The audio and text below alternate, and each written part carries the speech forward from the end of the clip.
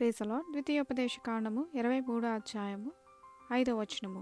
నీ దేవుడైన యెహోవా నిన్ను ప్రేమించును గనక నీ దేవుడైన యెహోవా నీ నిమిత్తము ఆ శాపమును ఆశీర్వాదముగా చేశాను.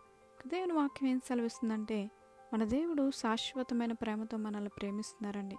కాబట్టి శాపమును ఆశీర్వాదంగా చేశారంట. ఇక్కడ ఇజ్రాయెల్ ప్రజల్ని శపించమని బాలాకు బిలామునకు బహుమతులు ఇచ్చారు. అయితే దేవుడు తన ప్రజలను శపించనివ్వలేదు.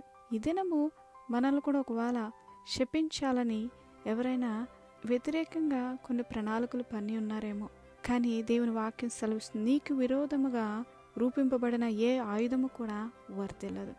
మన చుట్టూ మన దేవుడైన యెహోవా అగ్ని ప్రాకారముగా ఉన్నారండి. మన ప్రార్థన ఒక ప్రాకారముగా మన చుట్టూ, మన కుటుంబం చుట్టూ, మన పిల్లల చుట్టూ ఉంది.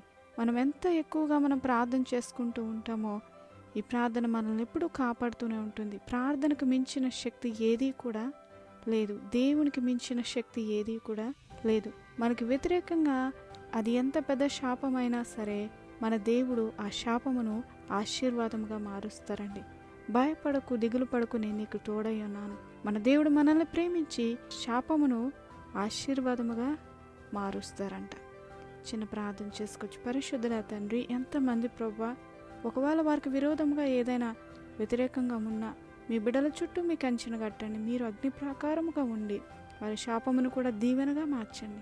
మమ్మల్ని ప్రేమించినందుకు వందనములు చెల్లించుకుంటూ యేసే పరిశుద్ధ నామములో ప్రార్థన అడుగుచున్నాం పరమ తండ్రి.